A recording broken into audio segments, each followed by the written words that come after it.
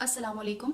In today's lecture हम discuss करेंगे कि मोशनल ईएमएफ को मोशनल ईएमएफ क्यों कहा जाता है। ईएमएफ असल में होता क्या है, हमारे पास ईएमएफ को कहा जाता है इलेक्ट्रोमोटिव फोर्स।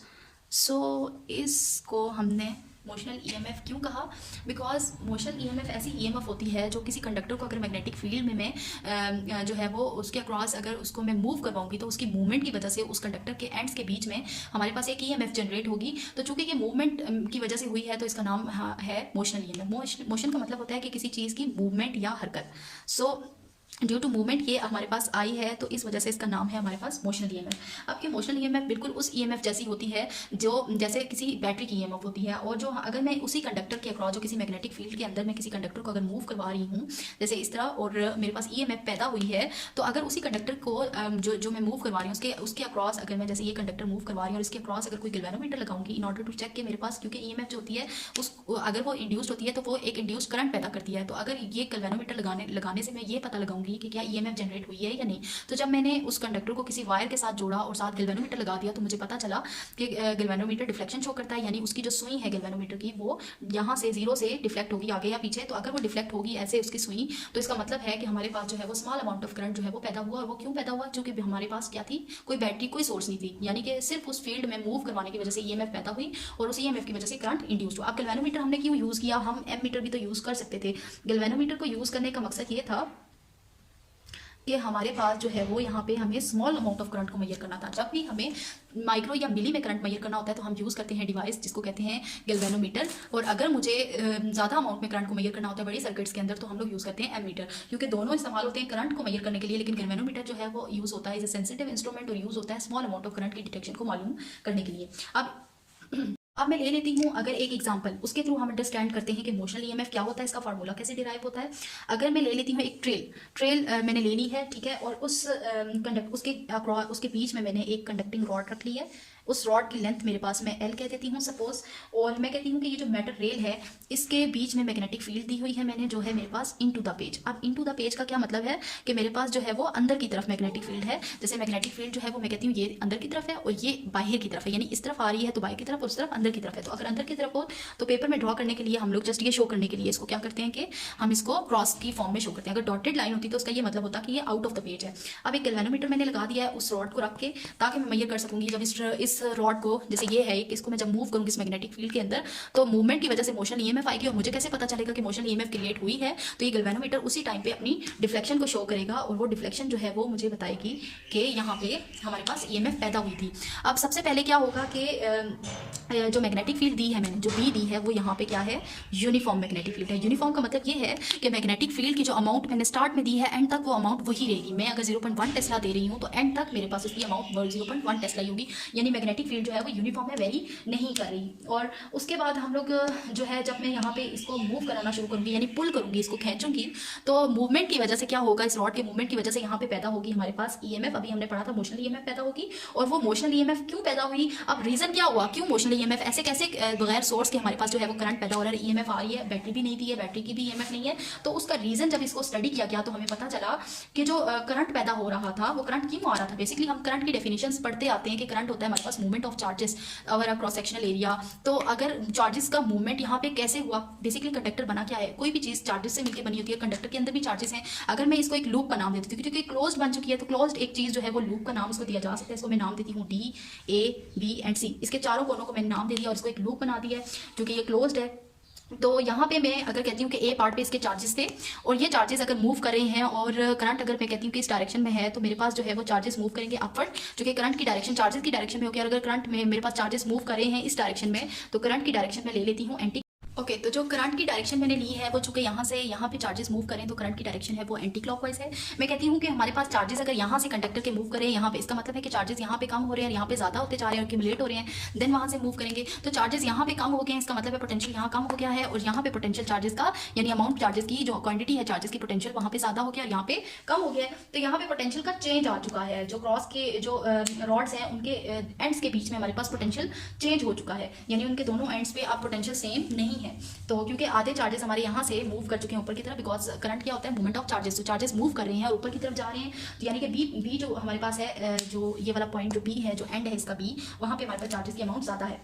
सो रॉड जब मूव करेगा तो हमारे पास क्या होगा, हम जो वेलोसिटी ले रहे हैं, जो वेलोसिटी है वो सेम रहेगी, मैं ज़्यादा या कम नहीं कर सकती कहीं, जो पहले ली थी वेलोसिटी बस उसी के साथ उसको वेरी नहीं करना और उसको कांस्टेंट वेलोसिटी के साथ अगर हम मूव करवा रहे हैं तो हमारे पास मैग्नेटिक फील्ड है। अगर कोई फील्ड होती है तो उसके साथ कोई फोर्स भी होती है, तो यानी कि अगर यहाँ मैग्नेटिक फील्ड है जो यूनिफॉर्म है तो उसके साथ फोर्स होगी। फोर्स का फार्मूला हम पढ़ते हैं कि वो होता है हमारे पास क्यू वी बी। यहाँ पे हमारे पास ये सिर्फ मैग्नीट्यूड है, अगर मैं इसके मैग्नीट्यूड की बात करती हूँ, और अगर मैं यहाँ पे क्रॉस बी लगाती हूँ, यानी कि यहाँ पे जो एंगल होता है वो between V velocity and B के होता है, और ये क्रॉस क्या है, ये क्रॉस प्रोडक्ट है जिसको हम रिप्लेस कर सकते हैं विद साइन थीटा। सो यहाँ पे ये साइन थीटा इसकी डायरेक्शन भी बताएगा। अब यहाँ पे मैग्नेटिक फील्ड मैंने अंदर की तरफ ली है यानी इनटू द पेज, जबकि जो वेलोसिटी मैं उसको ऐसे राइट और लेफ्ट मूव करवा रही हूँ, तो मैं उसको यूँ अगर मूव करवा रही हूँ तो मैं कहती हूँ कि वेलोसिटी उसकी इस तरफ है जिस तरह मूव कर रहा है, और ये अंदर की तरफ, तो ये देखिए इसके बीच में 90 डिग्री एंगल बना, साइन 90 हमारे पास बराबर होता है 1 के। सो यहाँ पे मेरे पास ये फार्मूला बन जाएगा क्यू वी बी डॉट 1 यानी कि क्यू वी बी। ये हमारे पास फोर्स का फार्मूला है, और ये फोर्स मेरे पास किस डायरेक्शन में होगी इसकी डायरेक्शन मालूम करने के लिए हम लोग लगाएंगे अपना जो राइट हैंड रूल है, और राइट हैंड रूल के थ्रू जब हम डायरेक्शन देखेंगे तो हमें पता चलेगा कि फोर्स जो है हमारे पास वो है किस डायरेक्शन में, वो हमारे पास डायरेक्टेड है ए से बी की तरफ, यानी ऊपर की तरफ डायरेक्शन ऑफ फोर्स है। सो यहाँ पे हम लोग एज अ रिजल्ट हम कह रहे हैं कि चार्जेस जो है वो माइग्रेट कर रहे हैं टॉप की तरफ, टॉप एंड पे, और ज़्यादा से ज़्यादा चार्जेस जो है वो उनकी कंसंट्रेशन ऊपर की तरफ जा रहे हैं, तो ऊपर बी में ज़्यादा है एज कम्पेयर टू ए, और डेफिशिएंसी होगी है चार्जेस की इन ए। सो ये जो रीडिस्ट्रीब्यूशन हुई है ना, इसकी वजह से क्या होगा कि चार्जेस जो है ज़ाहिर है पोटेंशियल में चेंज आया, पोटेंशियल में चेंज की वजह से हमारे पास हम देखेंगे कि इलेक्ट्रिक फील होगी हमें, यानी कि इलेक्ट्रिक फील्ड पैदा होगी। जब इलेक्ट्रिक फील्ड आएगी, यहाँ पे जब इलेक्ट्रिक फील्ड हमें फील होगी तो इलेक्ट्रिक फील्ड को कहते हैं ई से रिप्रेजेंट किया जाता है, और वो बराबर होता है क्यू जो हमारे पास फोर्स होती है इलेक्ट्रिक फोर्स, वो बराबर होती है एफ इक्वल्स टू क्यू ई।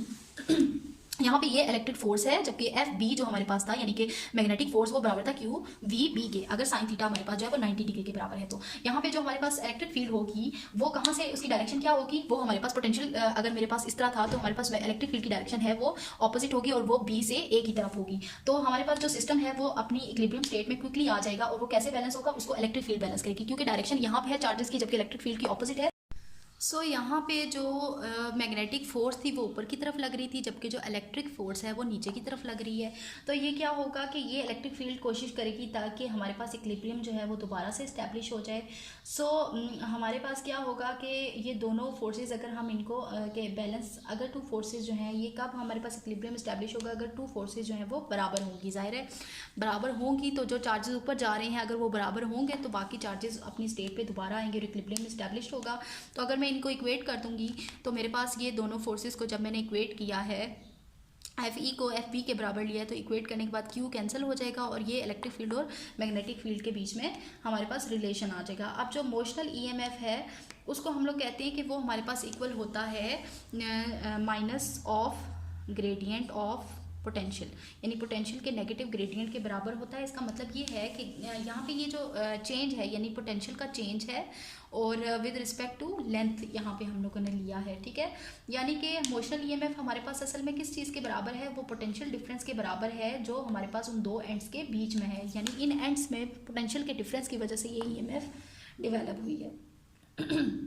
अब जो ग्रेडियंट है हमारे पास पोटेंशियल का, उसको कैसे लिखा जाता है, ग्रेडियंट को लिखने के लिए ग्रेडियंट क्या होता है कि जब भी किसी ऑपरेटर को, जैसे ऑपरेटर मतलब कि मैं जैसे यहाँ पे ले रही हूँ डेल ऑपरेटर, और डेल ऑपरेटर यहाँ पे जिसको इससे रिप्रेजेंट किया जाता है, जब उस डेल ऑपरेटर को किसी जब हम उसको अप्लाई करते हैं किसी स्केलर पे, लाइक मैंने उसको अप्लाई किया है किसी स्केलर, मतलब यहाँ पे पोटेंशियल जो है वो स्केलर होता है, तो उस पर अप्लाई करते हैं तो हमारे पास ग्रेडियंट आ जाता है। तो यानी कि ग्रेडियंट यहाँ पे किसका है, of potential. Gradient of potential जो है हमारे पास यहाँ पे उसको कहा जाता है, हम लोग ईएमएफ्स का नाम देते हैं। सो मैं कहती हूँ कि यहाँ पे इलेक्ट्रिक फील्ड जो है हमारे पास, जो इलेक्ट्रिक फील्ड इंटेंसिटी, सो यहाँ पे हम लोग कहेंगे कि ये जो हमारे पास इलेक्ट्रिक जो फील्ड है ये हमारे पास बराबर होगी change in potential over length के। सो यहाँ पे ये मेरे पास असल में है क्या, ये ग्रेडियंट है, और ये ग्रेडियंट जो है, ग्रेडियंट ऑफ जो पोटेंशियल है मेरे पास, ये इलेक्ट्रिक फील्ड है। जब मैं इसको पुट करूँगी in this formula of electric field जिसमें इसका रिलेशन है बी के साथ, तो यहाँ पे जब हम पुट करेंगे तो हमारे पास वैल्यू आ जाएगी डेल ऑफ वी की, और डेल ऑफ वी एक्चुअल में हमारे पास ईएमएफ है। So EMF is equal to minus VPL. So यहाँ पे अगर मैं ये सिर्फ मैग्नीट्यूड अगर डायरेक्शन लूँगी तो यहाँ पे मेरे पास साइन थीटा का एलिमेंट भी आ जाएगा, यहाँ पे साइन थीटा का एलिमेंट भी आ जाएगा, और उसके बाद ये हमारे पास रिप्रेजेंट करेगी मोशनल ईएमएफ को। तो अगर जैसे ही इंड्यूस्ड ईएमएफ जो है वो पॉजिटिव चार्जेस पे होगी तो ये फ्लो करेंगे हमारे पास path A B C D में, और जब ये इस पाथ में फ्लो करेंगे तो इनकी डायरेक्शन एंटी क्लॉकवाइज होगी। जैसे करंट फ्लो करेगा चार्जेस जो है वो यहाँ पे हमारे पास अगर इंक्रीज हुए थे तो यहाँ से जब मूव करेंगे तो यहाँ पे डिक्रीज होंगे, वापस मूव करते करते इस जगह पे आ जाएंगे, तो पोटेंशियल फिर हमारे पास एस्टैब्लिश हो जाएगा वैसे ही। एंड देन करंट का फ्लो जारी रहेगा और चार्जेस इसी तरह यहाँ पे कम, यहाँ पे ज्यादा, यहाँ पे ज्यादा और यहाँ पे कम, जो पोटेंशियल का चेंज होगा उसकी वजह से इलेक्ट्रिक फील्ड आएगी। एंड देन इलेक्ट्रिक फोर्स और मैग्नेटिक फोर्स जो है वो एक दूसरे के साथ इस प्रोसेस को, इन चार्जेस को बैलेंस करने के लिए काम करेंगे। और देन हमारे पास क्या होगा कि जो हमारे पास एक ग्रेडियंट ऑफ पोटेंशियल आएगा जो हमारे पास इलेक्ट्रिक फील्ड के बराबर होगा। और हमारे पास हमें पता चला कि ये तमाम प्रोसेसेस जो थे ये मोशन ईएमएफ के कॉज थे, मतलब उसके जो हमारे पास इफेक्ट यहाँ पे ईएमएफ का आया है उसका कॉज पीछे उसके क्या था, वो ये तमाम चीज़ें थी। That's it for today.